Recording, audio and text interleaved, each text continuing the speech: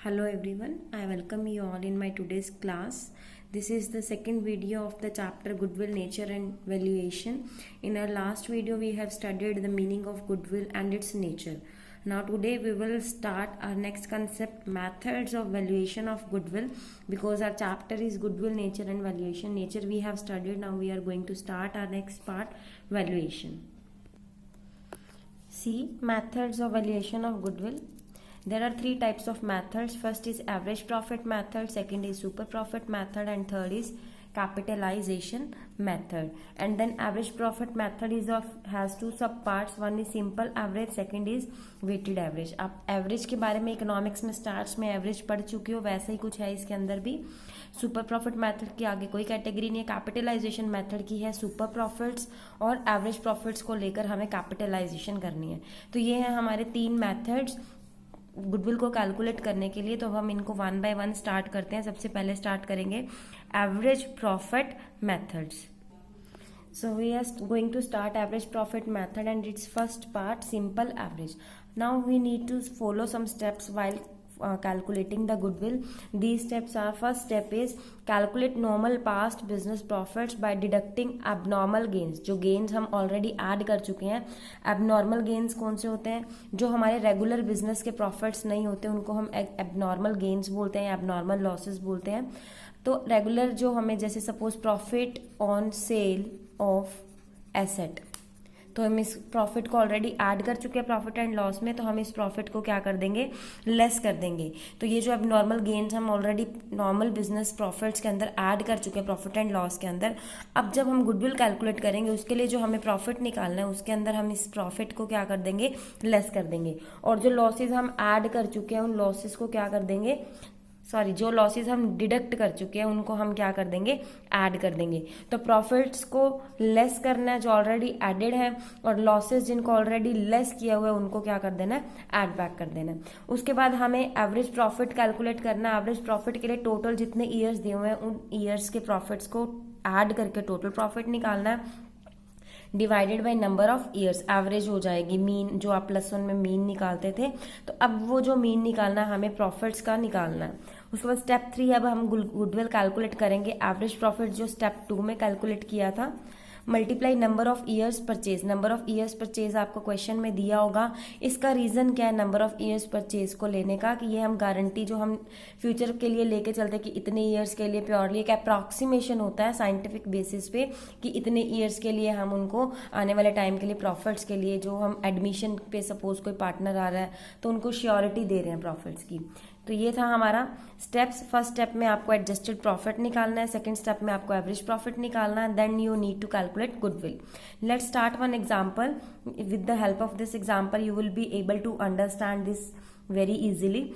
Calculate goodwill of a ready-made garment business from the following details. Year 2013, 14, 15, 16, 17. कितने साल है, 5. तो नंबर ऑफ ईयर्स आ गए हमारे पास 5. प्रॉफिट्स 80,000. नॉर्मल प्रॉफिट्स ऑलरेडी दिए हुए हैं. अब हमें क्वेश्चन में ना तो कोई एबनॉर्मल गेन बता रखा है, ना ही नॉर्मल लॉसेस बता रखे. इट मीन्स हमें कुछ भी एडजस्ट करने की जरूरत नहीं है. डायरेक्टली हमें क्या निकालना है, स्टेप 2 करना है, एवरेज प्रॉफिट निकालना है. तो एवरेज प्रॉफिट के लिए क्या करना है, total profit divided by number of years. तो टोटल प्रॉफिट कैसे निकलेगा, 5 सालों के प्रॉफिट का total. 80,000 plus 90,000 plus 60,000 plus 1 lakh plus 80,000, इन सब का टोटल आ जाएगा 4,10,000. और नंबर ऑफ ईयर्स कितने हैं, 5. तो मेरे पास एवरेज प्रॉफिट आ जाएगा 82,000 रुपीज. रुपीज लगाना नहीं भूलना. नेक्स्ट हमारा स्टेप था calculation of goodwill.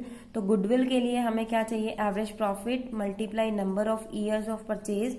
Goodwill is 3 years purchase of average profit. Number of years they रखे हैं क्वेश्चन में, कितने, 3.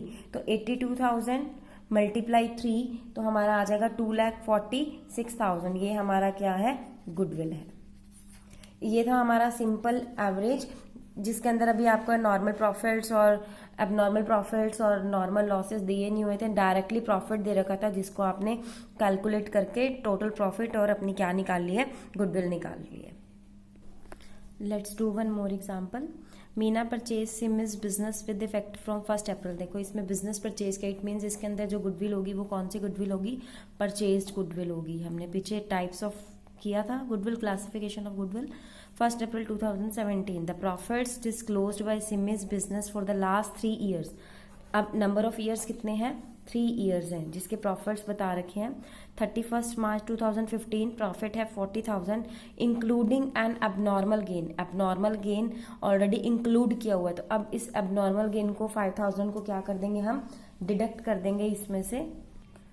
नेक्स्ट 2016 का 50,000 after charging N abnormal loss. Abnormal loss को लेस किया हुआ है, तो इस 10,000 को क्या कर देंगे? ऐड कर देंगे. 17 में 45,000 प्रॉफिट दे रखा है एक्सक्लूडिंग 5,000 को एक्सक्लूड किया हुआ है, उसके अंदर इसको इंक्लूड नहीं किया. On insurance premium, insurance premium है ये, तो हमारा क्या होता है? अब ये प्रीमियम किसके ऊपर है? फर्म्स की प्रॉपर्टी के ऊपर है. इट मीन्स ये प्रीमियम तो हमें पे करना ही होगा, तो ये 5,000 क्या हो जाएंगे? इसमें से लेस हो जाएंगे. तो स्टेप 1 हमारा एडजस्टेड प्रॉफिट निकालते हैं. 2015 40,000 minus 5,000 35,000. 2016 50,000 plus 10,000 60,000. 2017 45,000 minus 5,000 40,000. Total profit चाहिए 1,35,000. Step 2 average profit. Total profit divided by number of years, तो टोटल प्रॉफिट है 1,35,000 बाय 3, ये हो गया 45,000. तो गुडविल कैसे निकलेगी? Average profit into number of years. Average profit है 45,000, number of years purchase question में. Calculate the value of firm's goodwill on the basis of 2 years. तो 45,000 मल्टीप्लाई 2 90,000. ये था हमारा एडजस्टेड प्रॉफिट वाला question. Next we are going to start second part of average profits, that is weighted average profit method. This is the modified method of average profits. It is applicable particularly in the rising trend of profits. That's why it's called weighted average. In this what we will do, we will follow some steps. First step is calculate normal business profits. जैसे हमने last वाले method में normal business profits adjustment के बाद निकाले थे, वैसे ही same इसमें भी वही करेंगे. Then what we will do, step 2 find out product for each year. Product, this is the new step in this method. Find out the product. How you will calculate the product profit of each year into weight of respective years. This will be given in the question weight. Then you need to calculate weighted average profit. In your last method you have calculated average profit. Now you will calculate weighted average profit. Then weighted average profit is equals to total of product, whatever you will calculate in step 2. Then you will do the total of all the years, then divided by total weights. This I will tell you in illustration. Then goodwill is equals to weighted average profit into number of years purchased. These four steps you need to follow to calculate goodwill. Now do one illustration. With the help of this illustration you will be able to easily understand this topic. The profits of A, B and C for the last 5 years, number of years are given. Year 1 2 3 4 5 profit is given 30,000 40,000 60 70 90. Calculate the value of goodwill on the basis of 3 years. Number of years are given. Weighted average of weights दे रखा है 1 2 3 4 5 respectively for last 5 years. So now year 1 profit weight 1 2 3 4 5. You need to calculate product. For product this is profit into weight. Profit into weight 30,000 into 1 30,000 40,000 into 2 80,000 60,000 into 3 1,80,000 70,000 into 4 2,80,000. Now total of product, total of all these, what will be it calculated? It will be 10,20,000. Now next we want total of weight. This is the weight and its total is 15. Now weighted average profit, step 3, total of products 10,20,000 divided by total of weight 15. So weighted average profit will be 68,000. Now we want goodwill. Goodwill is weighted average profit into number of years purchased 68,000 multiply 3 and answer will be 2,04,000. This was average profit method. Let's do one more illustration. The profits of an oil mill at Chandigarh are given below. 2014 25,000, 2015 35,000, 2016 50,000, 2017 55,000. Now there are some adjustments. During 2015 की बात कर रहे हैं, there was an abnormal loss. जब भी abnormal loss होगा उसको क्या करना है, ऐड करना है. कितने का, 5000 ड्यू टू फायर. तो 25,000 प्लस 5,000, तो ये कितना हो गया, 30,000. And in 2017 was a gain of 5,000 from sale of machinery. 2017 में गेन है, तो गेन क्या हो जाएगा, लेस. तो ये कितना आ गया, 50,000.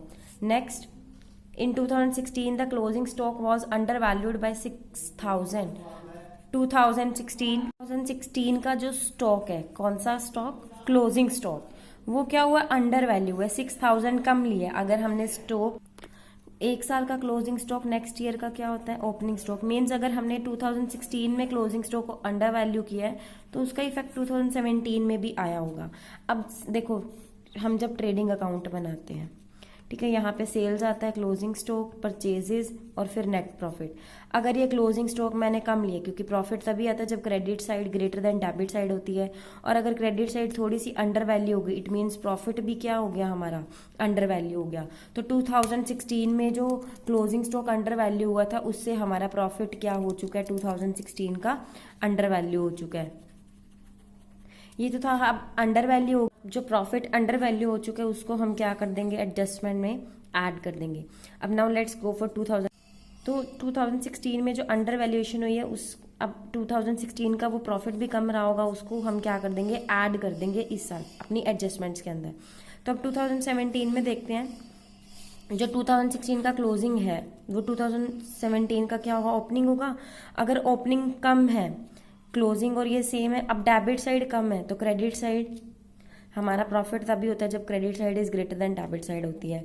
लेकिन अब हमारा जो डेबिट साइड कम रह गई है, इट मीन्स प्रॉफिट और ज़्यादा आ गया होगा. तो प्रॉफिट ओवर वैल्यू हो चुका है हमारा. तो प्रॉफिट जब ओवर वैल्यू हो चुका है, तो अब हमें उसको क्या करना पड़ेगा, कम करके उसको एडजस्ट करना पड़ेगा. तो 2016 में 6,000 को क्या करेंगे, ऐड करेंगे. 2017 में उस 6,000 को क्या करेंगे, लेस करेंगे. ये है हमारी एडजस्टमेंट्स. अब इसके बाद वेट्स दे रखे, आप क्वेश्चन को इजीली सॉल्व कर सकते हो. आप करके ट्राई करके देखिए, इसका आंसर आएगा 134700. Just try this question and let me know in comments whether you are able to do it और नॉट. Thank you.